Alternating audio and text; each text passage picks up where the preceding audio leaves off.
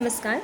आज हम लोग 11th का unit number 5 development experience 1947-1990 and economic reform since 1991 का first chapter state of the Indian economy on the eve of independence पढ़ेंगे। इस चैप्टर का मेन कॉन्सेप्ट है what is an economy, structure, sector classification, Indian economy on the eve of independence. Then let's start. सबसे पहले पढ़ेंगे what is an economy. अर्थव्यवस्था क्या है? अर्थव्यवस्था एक ऐसा तंत्रीय ढांचा है जिसके अंतर्गत विभिन्न प्रकार की आर्थिक क्रियाएं जैसे कृषि, उद्योग, व्यापार, बैंकिंग, बीमा, परिवहन व संचार आदि को संपादित किया जाता है। आर्थिक क्रियाओं को विभिन्न प्रकार की वस्तु और सेवाओं का उत्पादन करती है और दूसरी ओर लोगों को रोजगार के अवसर भी प्रदान करती है। इस तरह से हम लोग कह सकते हैं कि अर्थव्यवस्था एक ऐसा व्यवस्था है जहाँ पे लोग अपनी आजीविका के लिए काम करते हैं, मनी अर्निंग का काम करते हैं। अर्थव्यवस्था के स्ट्रक्चर या संरचना की हम लोग बात करें तो इसकी संरचना के आधार पर इसको 3 पार्ट में डिवाइड किया गया है: प्राथमिक क्षेत्र, द्वितीयक क्षेत्र, तृतीयक क्षेत्र। प्राथमिक क्षेत्र के अंतर्गत वो सारे उद्योग आते हैं जो कि प्राकृतिक संसाधनों का उपयोग करते हैं, जैसे कृषि, वन, मछली पालन। द्वितीयक क्षेत्र के अंदर वो सारे उद्योग आते हैं जो कि एक वस्तु को दूसरी वस्तु में बदलने का काम करते हैं। इसमें मेन मशीनरी और इंडस्ट्रीज़ को इंक्लूड किया जाता है, मशीनरी और उद्योग। तृतीय क्षेत्र में वे सारे उद्योग आते हैं जो कि सर्विस प्रोवाइड करते हैं प्राइमरी और सेकेंडरी सेक्टर को, जैसे trade, transport, banking sector etcetera. Next है स्वतंत्रता की पूर्व भारतीय अर्थव्यवस्था की क्या दशा थी। तो इस टॉपिक को हम लोग 2 पार्ट में पढ़ सकते हैं। फर्स्ट है कि स्वतंत्रता की पूर्व संध्या पर भारतीय अर्थव्यवस्था की क्या दशा थी, और दूसरा स्वतंत्रता के समय भारतीय अर्थव्यवस्था की क्या दशा थी। तो स्वतंत्रता के पहले या स्वतंत्रता के पूर्व भारतीय अर्थव्यवस्था कैसी थी? उपनिवेशी, अर्धसामंती, पिछड़ी और गतिहीन अर्थव्यवस्था थी। और स्वतंत्रता के समय क्या चेंजेज हुआ वो हम लोग पढ़ने वाले। तो सबसे पहले फर्स्ट टॉपिक को देखते हैं। स्वतंत्रता के समय भारतीय अर्थव्यवस्था की संरचना कैसी थी? उपनिवेशी, अर्धसामंती, पिछड़ी और गतिहीन अर्थव्यवस्था थी। स्वतंत्रता की पूर्व संध्या पर भारतीय अर्थव्यवस्था की प्रवृत्ति। अंग्रेजी शासन से पूर्व भारतीय अर्थव्यवस्था एक संपन्न अर्थव्यवस्था थी। बहुत अच्छा यहाँ पे रिसोर्स था, हर चीज़ का उत्पादन होता था और हमारे पास नेचुरल रिसोर्स अच्छे खासे भंडार में भरे हुए थे। लेकिन जब ब्रिटिशर्स आए तो उन्होंने इन सब का उपयोग केवल अपने वेलफेयर के लिए किया। भारतीय उद्योग विशेषकर तब क्या था, भारतीय लोग मेनली हैंडीक्राफ्ट का काम करते थे। हाथ से वो लोग अपनी सारी चीज़ें बनाते थे और बहुत ही सुंदर अपने उद्योगों को चला रहे थे। लेकिन तब क्या होने लगा, ब्रिटिशर्स यहाँ से सारे रॉ मटेरियल्स को अपनी ब्रिटेन भेजने लगे और वहाँ से कंप्लीट प्रोडक्ट को वापस इंडिया में भेजने लगे। इस तरह से उन्होंने पूरी तरह से हस्तकला उद्योग को नष्ट करके रख दिया। विदेशी व्यापार में भारतीय अग्रणी था, किंतु अंग्रेजी शासनकाल में भारतीय अर्थव्यवस्था उनकी दोषपूर्ण नीतियों के कारण एक निष्क्रिय अर्थव्यवस्था बन के रह गई। ब्रिटिश साम्राज्य ने उनकी शोषणात्मक नीतियों के कारण भारतीय अर्थव्यवस्था के स्वरूप को निम्नलिखित रूप में देखा जा सकता है। उपनिवेशीवादी अर्थव्यवस्था बन के रह गई थी भारतीय अर्थव्यवस्था।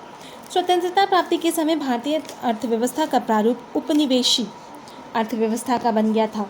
उपनिवेशवाद का अर्थ होता है विदेशी शासन से, अतः इसके अंतर्गत शासक देश शासित देश की अर्थव्यवस्था का संचालन करता है, उसकी आर्थिक नीतियों का निर्धारण करता है और अर्थव्यवस्था के संबंध में निर्णय भी लेता है। संक्षेप में कहे तो उपनिवेश किसी शासक देश के अधीनस्थ राज्य कहलाता है। स्वतंत्रता प्राप्ति के समय भारतीय अर्थव्यवस्था का उपनिवेशी स्वरूप था, क्योंकि भारत ब्रिटिश उद्योगों के लिए कच्चे माल एवं कृषि उत्पादकों का निर्यातक क्षेत्र था। यहाँ पे जो भी रिसोर्स थे वो भेज दिए जाते थे विदेशों में। ब्रिटिश उद्योगों का माल भारतीय बाजार में बेचा जाता था और ब्रिटिशर्स जो भी प्रोडक्शन करते थे वो सारा कुछ इंडिया में लाकर एक्सपोर्ट कर दिया जाता था। भारत में विदेशी पूंजी निवेश करके भारतीय संसाधनों का शोषण भी किया जा रहा था और भारतीय धन संपदा का शोषण ब्रिटिश शासन के हित में हुआ और भारतीय संपत्ति का उत्प्रवाह इंग्लैंड की ओर हुआ। डैट मीन्स यहाँ पे जितना भी संसाधन था सब इंग्लैंड की ओर ट्रांसफ़र हो जाता, भेज दिया जाता और वहाँ पे फैक्ट्रीज लगाई जाती, वहाँ के लोगों को एम्प्लॉयमेंट मिलता, वो लोग प्रोडक्शन करते और वो सारी चीज़ें इंडियन पीपल को यूज़ करनी पड़ती थी। सेकेंड जो हमारा टॉपिक है अर्ध सामंती अर्थव्यवस्था, जो बाई मिस्टेक हो गया है, इसे यहाँ पे होना चाहिए अर्ध सामंती अर्थव्यवस्था।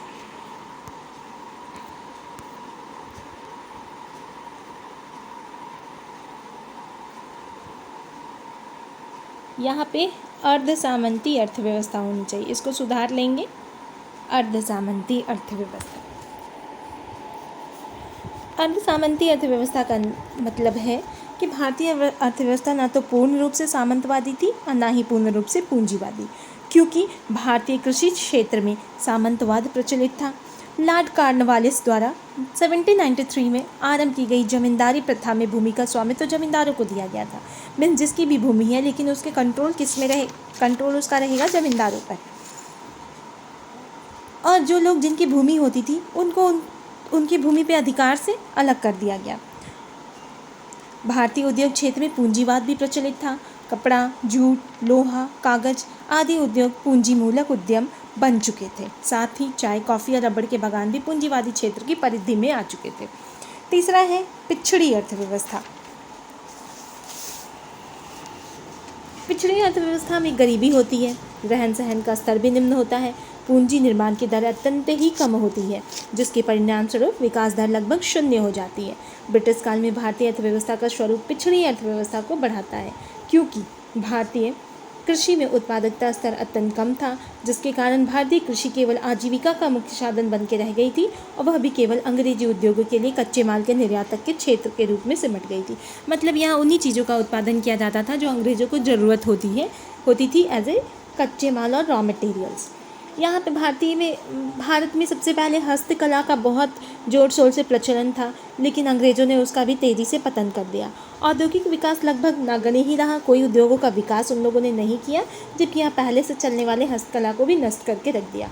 आधारिक संरचना की बात करें तो यातायात, संचार, विद्युत सभी का सीमित रूप में विकास हुआ। पूंजी निर्माण की दर भी बहुत कम थी यहाँ, और सार्वजनिक क्षेत्र की भागीदारी इसमें बहुत ही कम होती थी। और हम लोग यदि बात करें साक्षरता दर, तो वो भी कम थी। जन्म एवं मृत्यु दर बहुत ऊंची थी, और नगर में आबादी केवल 16% थी। लोग ज़्यादातर गाँव में रहते थे। नेक्स्ट है आर्थिक गतिहीन अर्थव्यवस्था। यहाँ पे भी थोड़ा करेक्शन कर लेंगे, आर्थिक गतिहीन अर्थव्यवस्था होगा। आर्थिक गतिहीन अर्थव्यवस्था का मतलब है, सबसे पहले समझते गतिहीनता। गतिहीनता का अर्थ होता है उन्नति या विकास का अभाव, जहाँ कोई भी उन्नति नहीं होती, कोई भी डेवलपमेंट नहीं होता।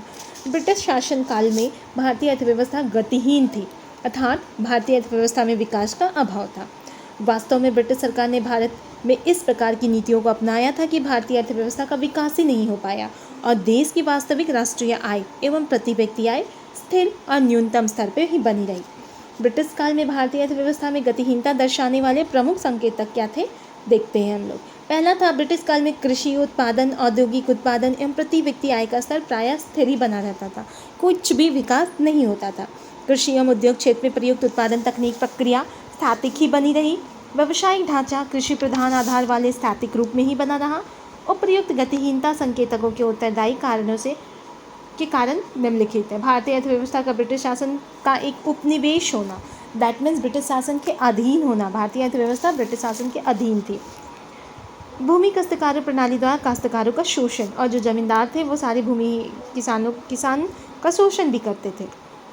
भारी मात्रा में भारतीय संपत्ति का निकास, और यहाँ पे जो भी संपत्ति थी वो बहुत भारी मात्रा में विदेशों में बेच दी जाती थी। अगला है घिसी हुई अर्थव्यवस्था। घिसी हुई अर्थव्यवस्था का मतलब है दूसरे विश्व युद्ध के दौरान भारतीय संसाधनों का क्षमता से अधिक शोषण हो रहा था। दूसरा विश्व युद्ध जब हुआ तो भारतीय संसाधनों का बहुत अधिक यूज़ किया गया। महायुद्ध के दौरान मशीनरी तथा और भी औजार का अधिक उपयोग किए जाने के कारण इसमें घिसाई और टूट फूट हुई। इन मशीनों का उत्पादन भारत में ही नहीं होता था, युद्ध के कारण विदेशों से भी मशीनों का आयात किया जाने लगा। इसलिए भारत के काफ़ी उद्योगों की मशीनें बेकार हो गई। इन उद्योगों का उत्पादन क्षमता भी कम हो गई। बिना मशीनों को प्रतिस्थापित किए उत्पादन में वृद्धि करना भी संभव नहीं था। इस प्रकार अंग्रेज अति घिसी हुई अर्थव्यवस्था छोड़कर चले गए। अगला है विच्छेदित।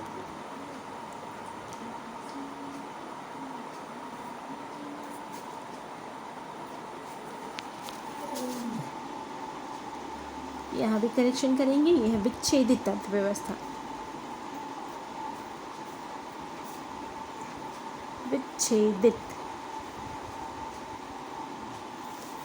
विच्छेदित अर्थव्यवस्था का अर्थ है, सन 1947 में जब ब्रिटिश शासन का अंत हुआ तो देश का विभाजन ब्रिटिश शासकों के पर का विदाई प्रहार था। देश के विभाजन में देश की अर्थव्यवस्था को पूर्ण रूप से अस्त व्यस्त कर दिया था। इसके फलस्वरूप भारतीय अर्थव्यवस्था एक विच्छेदित अर्थव्यवस्था अर्थात विभाजित अर्थव्यवस्था बन गई थी। विच्छेदित का शाब्दिक अर्थ हम लोग विभाजन से समझते हैं। तो जब अंग्रेज यहाँ से गए तो अपने जाने के साथ उन्होंने देश का विभाजन भी कर दिया और देश को विभाजित होने से यहाँ की जो अर्थव्यवस्था थी वो विच्छेदित अर्थात विभाजित अर्थव्यवस्था बन गई थी। आखिरी है निर्भर अर्थव्यवस्था। निर्भर मतलब हो गया डिपेंड, एक दूसरे पे डिपेंड होना। हमारी जो अर्थव्यवस्था थी अंग्रेजों के आगमन के पूर्व हमारी अर्थव्यवस्था आत्मनिर्भर थी।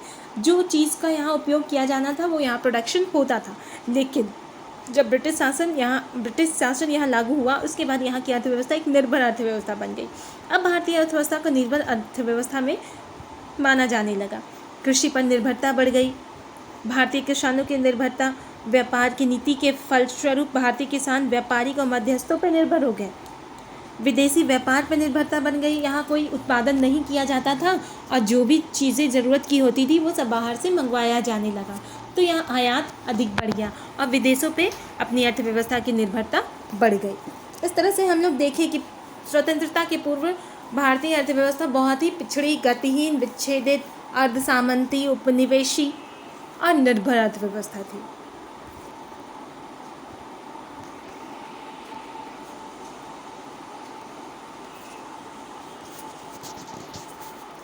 आगे बढ़ते हैं।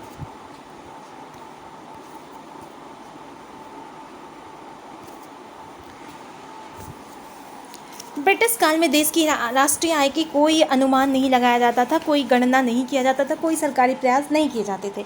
सर्वप्रथम राष्ट्रीय आय की गणना का प्रयास दादा भाई नौरोजी ने 1968 में अपने book property and British rule in India में किया था।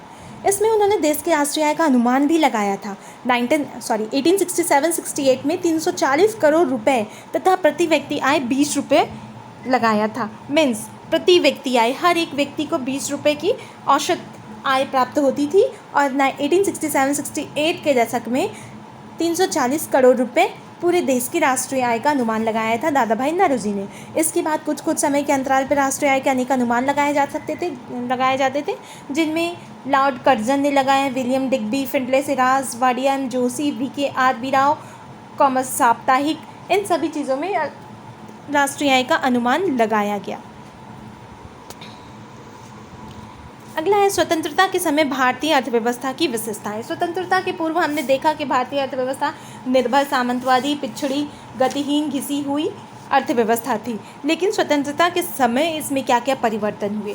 स्वतंत्रता के समय हमारा जो अर्थव्यवस्था था वो कृषि प्रधान व्यावसायिक ढांचा बन गया था। अब यहाँ पे लोग कृषि पे निर्भर थे। स्वतंत्रता के समय देश की 72% जनसंख्या कृषि पर निर्भर थी। द्वितीयक एवं तृतीयक क्षेत्र में व्यावसायिक निर्भरता प्रतिशत केवल क्रमशः 10% और 18% था। राष्ट्रीय आय में क्षेत्रीय योगदान की विषमता थी। राष्ट्रीय आय में कृषि क्षेत्र का लगभग 59% योगदान था, जबकि द्वितीयक एवं तृतीयक क्षेत्रों का योगदान क्रमशः 14% और 27% था। आंकड़े दर्शाते हैं कि स्वतंत्रता के समय भारतीय अर्थव्यवस्था एक कृषि प्रधान और अर्धविकसित अर्थव्यवस्था थी। तीसरा हम लोग देख सकते हैं कृषि की पिछड़ी दशा। स्वतंत्रता के समय भारतीय कृषि की अवस्था उत्पादन अत्यंत ही पिछड़ी हुई थी। स्वतंत्रता के समय भारतीय कृषि की प्रमुख विशेषताएं निम्नलिखित थी। भारत की आजीविका का मुख्य स्रोत था कृषि। 72% जनसंख्या कृषि पर निर्भर थी और राष्ट्रीय आय में इसका योगदान 59% था। कृषि उत्पादन मांग की तुलना में काफ़ी कम थी। 1947-48 में 508 लाख टन खाद्यान्नों का उत्पादन किया जा रहा था। उस वर्ष केवल 13 करोड़ हेक्टेयर भूमि पर ही कृषि कार्य किया गया। शोषणपूर्ण भूस्वामित्व नीति का प्रचलन था। भू राजस्व संबंधित 3 प्रणालियाँ प्रचलित थी, जिसमें पहली जमींदारी प्रथा, महालवाड़ी प्रथा और रावतवाड़ी प्रथा थी। अगला हम लोग देखते हैं उद्योग की दशा। उद्योगों के क्षेत्र में भी हमारा बहुत खास विकास नहीं हो पाया था। ब्रिटिश शासकों की शोषणवादी नीतियों के परिणाम स्वरूप हमारे उद्योगों की अवस्था भी शोचनीय थी। बड़ी मात्रा में उद्योग, कच्चे माल की उपलब्धता तथा सस्ती मजदूरी के बावजूद भी भारत में औद्योगिकरण नहीं जी सका। स्वतंत्रता के समय विऔद्योगिकरण की प्रक्रिया थी। हस्तकला उद्योग का भी पतन हो चुका था और यहाँ नए उद्योगों को खोलना तो दूर की बात थी। यहाँ बस उन्हीं वस्तुओं का उत्पादन होता था जिनके ब्रिटिशर्स को ज़रूरत होती थी कच्चे माल के रूप में। और यह भारतीय अर्थव्यवस्था दूसरे देशों पर अपनी आवश्यकता की पूर्ति के लिए निर्भर हो चुकी थी। व्यापार की बात करें तो व्यापार की भी बहुत अच्छी दशा नहीं थी। ब्रिटिश सरकार की व्यापार एवं सीमा शुल्क संबंधी प्रबंधकारी नीति के कारण भारतीय विदेशी व्यापार की संरचना, स्वरूप एवं आकार पर प्रतिकूल प्रभाव पड़ा था। भारत प्राथमिक वस्तुओं का निर्यातक राष्ट्र बनकर रह गया था, तैयार माल का आयातक। यहाँ कच्चे माल को निर्यात किया जाता था और वहाँ से बाहर से बने हुए तैयार माल को आयात किया जाता था। कपास, पटसन, नील, रेशम, ऊन आदि प्राथमिक वस्तुएं भारत से निर्यात होती थी, जबकि अंतिम तैयार सूती ऊनी वस्त्र, पूंजीगत वस्तु आदि देश में आयात की जाती थी। अब बात करें आर्थिक अधिकारी संरचना की, तो आधारिक संरचना की बात करें तो आर्थिक समृद्धि से तेज गति में आधारिक संरचना संबंधी सुविधाओं का होना आवश्यक है। ब्रिटिश काल में रेलवे, सड़क, बंदरगाह, संचार आदि आधारित संरचनाएं विकसित तो हुई, किंतु इस विकास का उद्देश्य केवल अपने औपनिवेशिक उद्देश्यों को पूरा करना था। ब्रिटिशर्स ने कुछ परिवहन की सुविधाओं को दिया, लेकिन केवल अपनी ज़रूरत की पूर्ति करने के लिए। परिवहन की दिशा में सड़कें बनाई गई, रेलवे का विकास हुआ, भारतीय जहाजरानी, ब्रिटिश शासन के दौरान गलाकाट प्रतिस्पर्धा भी थी। तो इस तरह से कुछ तो विकास किया गया, लेकिन वो बस अपने उपयोग में उसको लाते थे। संचार व्यवस्था, सामाजिक आर्थिक संरचना की दशा, भारतीय सामाजिक आर्थिक संरचना के दो घटक हैं, शिक्षा एवं साक्षरता एवं स्वास्थ्य सेवाएं। शिक्षा साक्षरता की बात करें तो ब्रिटिश काल में शिक्षा एवं साक्षरता विस्तार की दिशा है। सफल प्रयास किए ही नहीं गए, इसके विस्तार के लिए कोई प्रयास नहीं किए गए। स्वास्थ्य सेवाओं की बात करें तो यहाँ पे स्वास्थ्य संबंधित आधारित संरचना स्वतंत्रता प्राप्ति के समय काफ़ी अपर्याप्त थी। चिकित्सकों एवं अस्पतालों की संख्या बहुत कम थी। तो इस तरह से स्वास्थ्य और चिकित्सा के क्षेत्र में भी हमारा देश बहुत पिछड़ा हुआ था। ब्रिटिश साम्राज्य की भारतीय अर्थव्यवस्था में सकारात्मक योगदान, कुछ प्रमुख बिंदु। इतनी बातें हम लोगों ने देख ली, इसमें केवल नकारात्मक बिंदु ही सामने आए हैं कि ब्रिटिश शासन के दौरान भारतीय अर्थव्यवस्था अत्यंत पिछड़ी, सामंतवादी और कुछ खास विकास नहीं हो सका। लेकिन उन्हीं के बीच कुछ सकारात्मक चीज़ें भी थी। जो कुछ सकारात्मक योगदान के कुछ प्रमुख बिंदु इस प्रकार हैं। यद्यपि अंग्रेजों ने भारतीय अर्थव्यवस्था का शोषण ही किया है, किंतु ब्रिटिश काल में देश में सकारात्मक योगदान निम्नलिखित बिंदु से जाना जा सकता है। पहला है कृषि के व्यवसायीकरण में कृषि उत्पादकता में सुधार हुआ। यहाँ ब्रिटिशर्स अपने फ़ायदे के लिए कृषिगत वस्तुओं का निर्यात करते थे, भेजते थे, अपने देशों में उसको कंप्लीट प्रोडक्ट बनाते थे। इसकी वजह से कृषि उत्पादकता में सुधार भी हुआ। देश की आधारिक संरचना, रेलवे, बंदरगाह, संचार, ऊर्जा आदि का सूत्रपात भी अपने उपयोग के लिए ब्रिटिशर्स ने किया। ब्रिटिश पूंजी निवेश में देश में उत्पादन की नई प्रणाली का भी आगमन हुआ। आधुनिक बैंकिंग, बीमा, वित्त व्यवस्था का भी सूत्रपात किया गया। निजी औद्योगिक निवेश को भी प्रोत्साहन दिया गया। तो इसके बाद हम लोग देखते हैं कि हमने अपना पहला चैप्टर यूनिट 6 का कंप्लीट कर लिया। इसमें सारे टॉपिक्स को इंक्लूड किया गया है। आप सभी टॉपिक्स को बहुत अच्छे से पढ़ेंगे, समझेंगे और अपनी परीक्षा की तैयारी बहुत अच्छे से करेंगे। धन्यवाद।